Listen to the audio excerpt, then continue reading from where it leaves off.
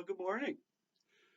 I haven't done this for a little while, but a picture came to me in meditation, and I really thought the picture, sort of a extended metaphor, seemed like a good way of describing yoga.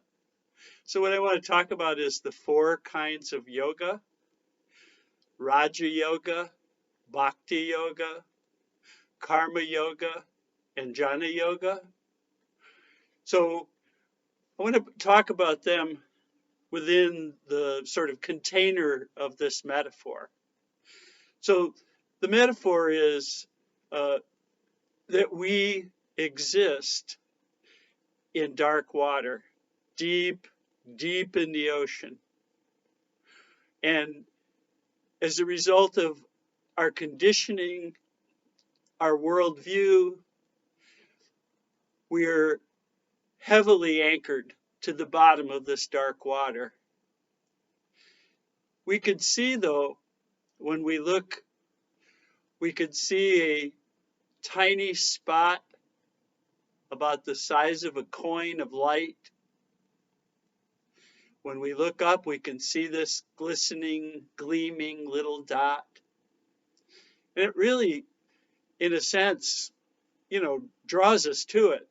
But of course, it's drawing us to it against the force of this heavy anchor of conditioning and our worldview, the way we, objectify things. And we want to move up toward that light, but we have to struggle against this anchor. So, yoga is about moving up toward this light. So, the first kind of yoga, Raja Yoga, it is basically the yoga of meditation. So that you could think of that in terms of Patanjali's 8 limbs, the the the yoga poses, which serve the purpose of making it, making a better sort of seat for ourselves in meditation, preparing us physically, bodily for the act of sitting, uh, and breathing exercises, which help calm our spirits and make us more prone to meditating in such a way as to help us move toward that light.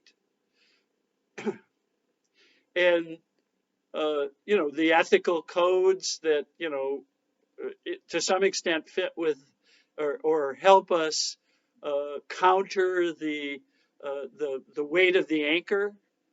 And finally, meditation itself, uh, allowing us to become able to move toward the light more successfully. The uh, the idea that the anchor gets lighter as the bondage to self becomes less, the more focus away from the self, the more focus on objectlessness and spaciousness and openness, and you know uh, the more of that kind of focus, the lighter the anchor, and the more we float up or move up toward the light.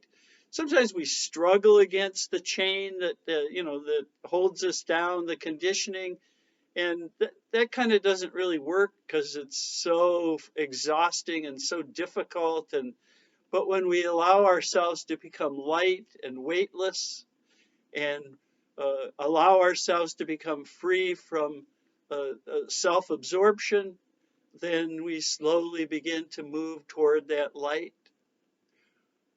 Sometimes we move a little up, and then the chains pull at us, and we find ourselves being dragged back down. But we keep trying. So that's Raja Yoga. The second kind of yoga I talked about is Bhakti Yoga. So because of our conditioning, because of the worldview, the way that we objectify things, it's easy for us to turn that light into some sort of an object and give that object some sort of a name. It becomes a representation. So, for instance, that light can become Jesus, or that light can become Shiva, Shakti. That light can become Brahma. That light can become Jehovah. It can become a lot of different objects or representations. And what that accomplishes for us is as we turn our will and our life over to this power greater than ourselves, uh, we lighten the anchor. We lessen the pull downward that the anchor has on us. And that's the service of bhakti yoga. Next is karma yoga.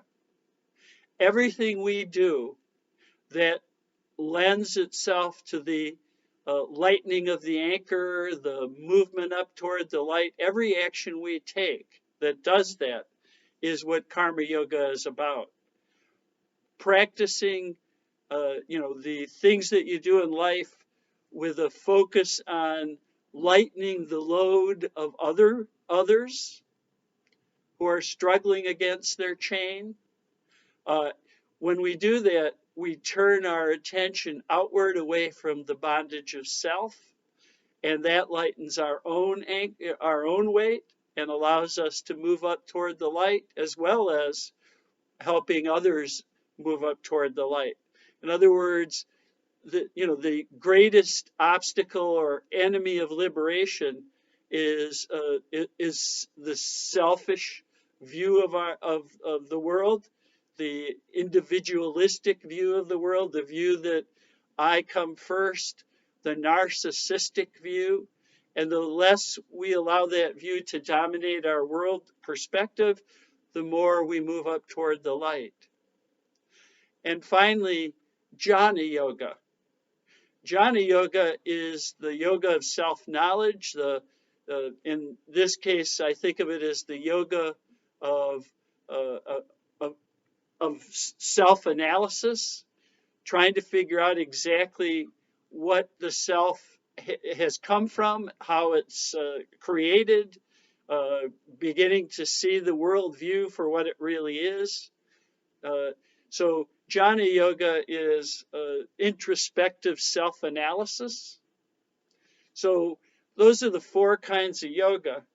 So what happens here as we meditate is the breathing techniques and the exercises and the yoga poses make it possible for us to stay focused on objectlessness and spaciousness and openness.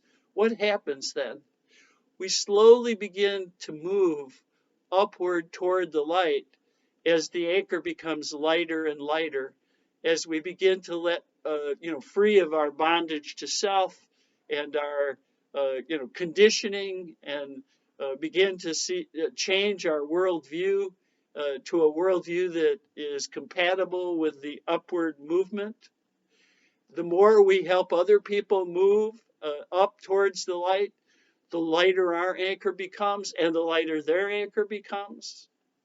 So as we do this, first, it's just seeing this light, not really experiencing it though, seeing it in our mind's eye, knowing that the light is in some way or other there, as in bhakti yoga, having faith that somehow or other this light is reachable, capable of being obtained or gotten to.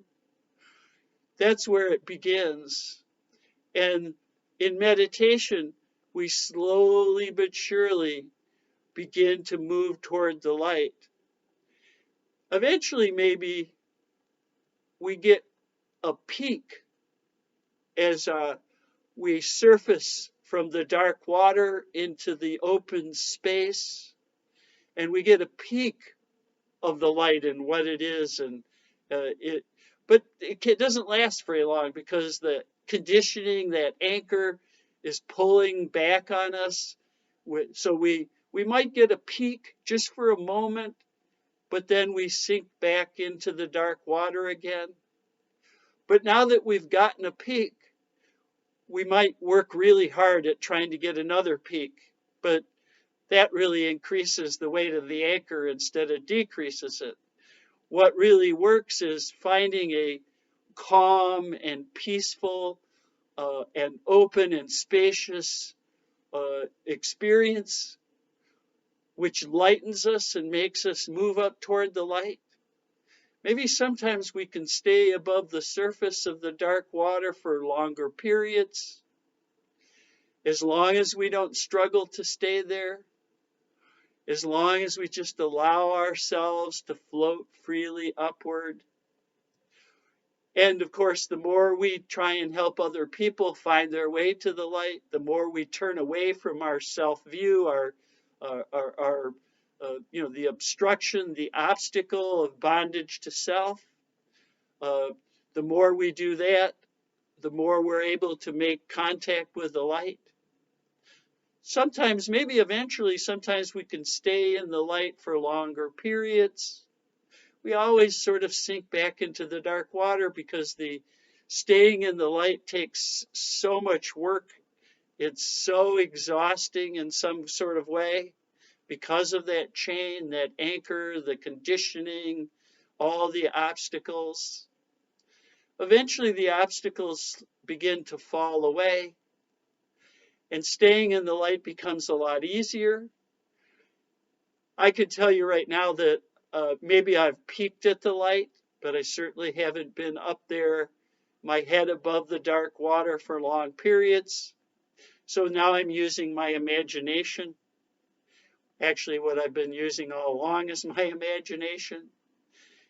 And eventually, I think we become so, skillful at staying in the light that we're able to be in the light as long as we choose, and then to go back into the dark water so we can do the business of helping other people come up from the dark water into the light, because that's where the lightness itself, the deconditioning of our experience is occurring. The more people we can help, the lighter we become, and the less we become focused on our own egotistical needs.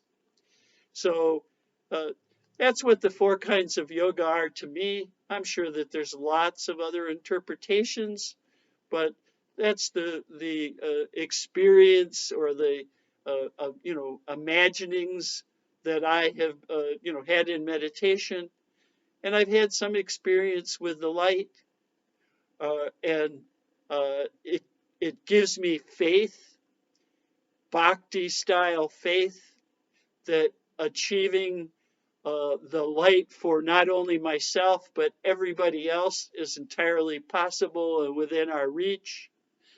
I think the ultimate trajectory of all being is to come into together with the light, and so it's sort of like inevitable, you might say. And we have no idea what the time frame for that is, because time on that level is completely meaningless. So I just thought I'd share my, what occurred to me in meditation, and sort of a flash. I'd share it with you. So thanks for, letting me visit with you today.